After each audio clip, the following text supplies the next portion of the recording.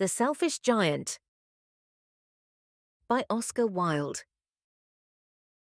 Every afternoon, as they were coming from school, the children used to go and play in the giant's garden. It was a large, lovely garden, with soft green grass. Here and there, over the grass, stood beautiful flowers like stars.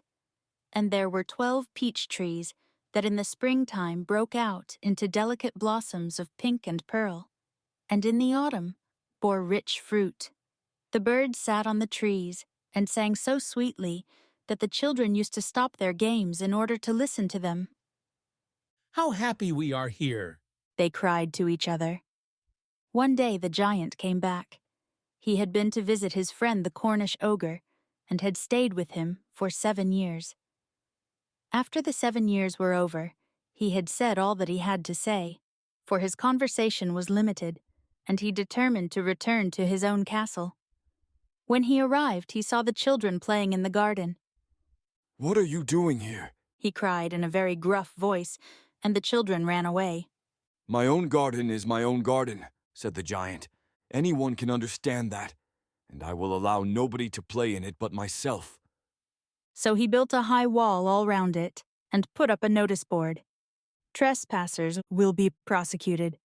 He was a very selfish giant. The poor children had now nowhere to play.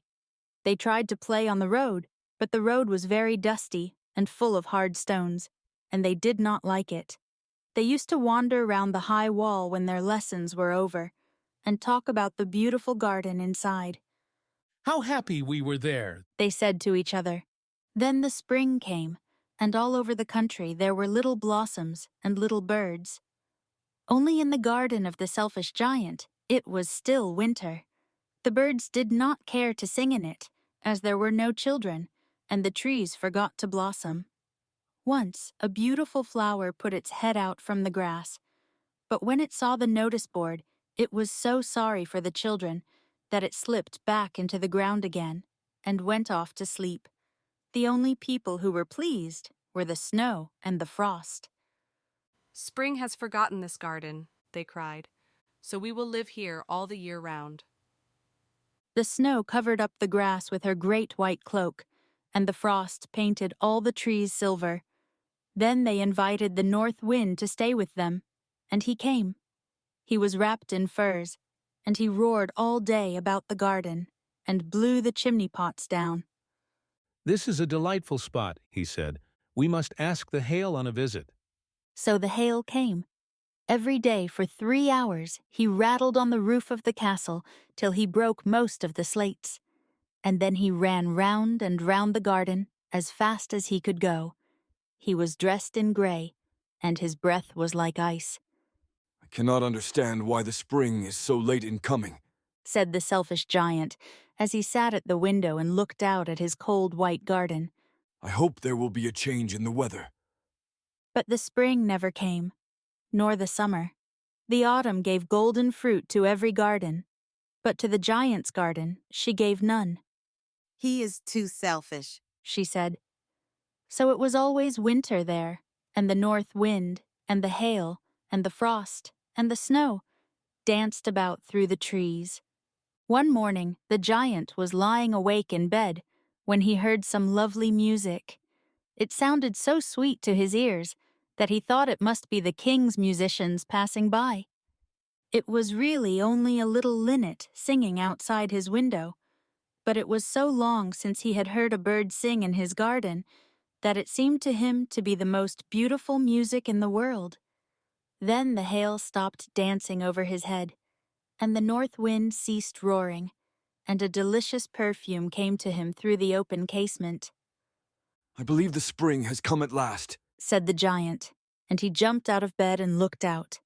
What did he see? He saw a most wonderful sight. Through a little hole in the wall, the children had crept in, and they were sitting in the branches of the trees. In every tree that he could see, there was a little child.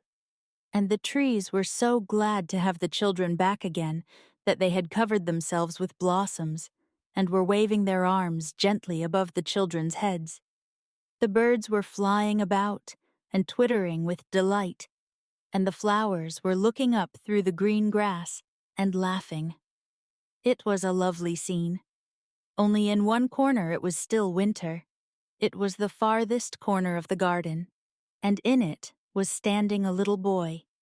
He was so small that he could not reach up to the branches of the tree, and he was wandering all around it, crying bitterly. The poor tree was still quite covered with frost and snow, and the north wind was blowing and roaring above it. "Climb up, little boy," said the tree, and it bent its branches down as low as it could, but the boy was too tiny, and the giant's heart melted as he looked out. "How selfish I have been," he said. "Now I know why the spring would not come here. I will put that poor little boy on the top of the tree, and then I will knock down the wall, and my garden shall be the children's playground forever and ever." He was really very sorry for what he had done. So he crept downstairs and opened the front door quite softly and went out into the garden. But when the children saw him, they were so frightened that they all ran away, and the garden became winter again. Only the little boy did not run, for his eyes were so full of tears that he did not see the giant coming.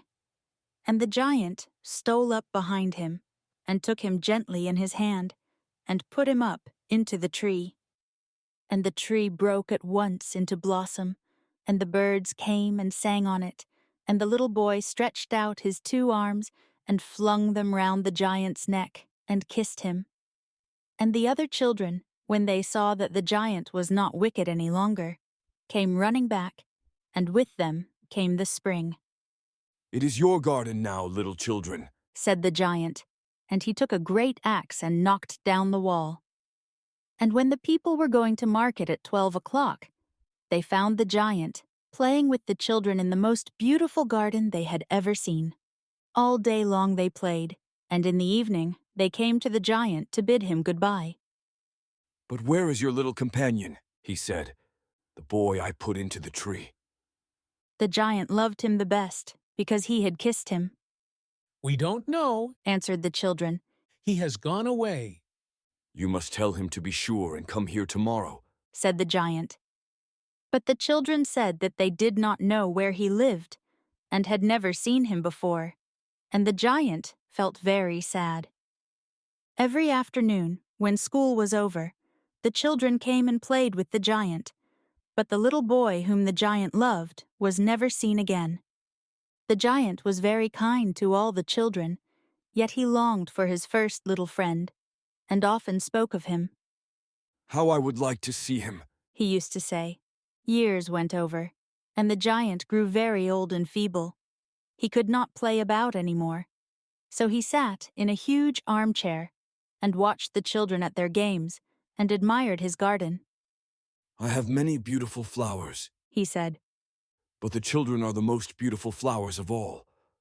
One winter morning, he looked out of his window as he was dressing. He did not hate the winter now, for he knew that it was merely the spring asleep, and that the flowers were resting. Suddenly he rubbed his eyes in wonder, and looked, and looked. It certainly was a marvelous sight. In the farthest corner of the garden was a tree quite covered with lovely white blossoms. Its branches were all golden, and silver fruit hung down from them, and underneath it stood the little boy he had loved. Downstairs ran the giant in great joy, and out into the garden. He hastened across the grass, and came near to the child. And when he came quite close, his face grew red with anger, and he said, "Who hath dared to wound thee?" For on the palms of the child's hands were the prints of 2 nails, and the prints of 2 nails were on the little feet. "Who hath dared to wound thee?" cried the giant. "Tell me, that I may take my big sword and slay him." Nay, answered the child. but these are the wounds of love. "Who art thou?" said the giant, and a strange awe fell on him, and he knelt before the little child. And the child smiled on the giant, and said to him, You let me play once in your garden. Today you shall come with me to my garden, which is paradise. And when the children ran in that afternoon, They found the giant lying dead under the tree, all covered with white blossoms,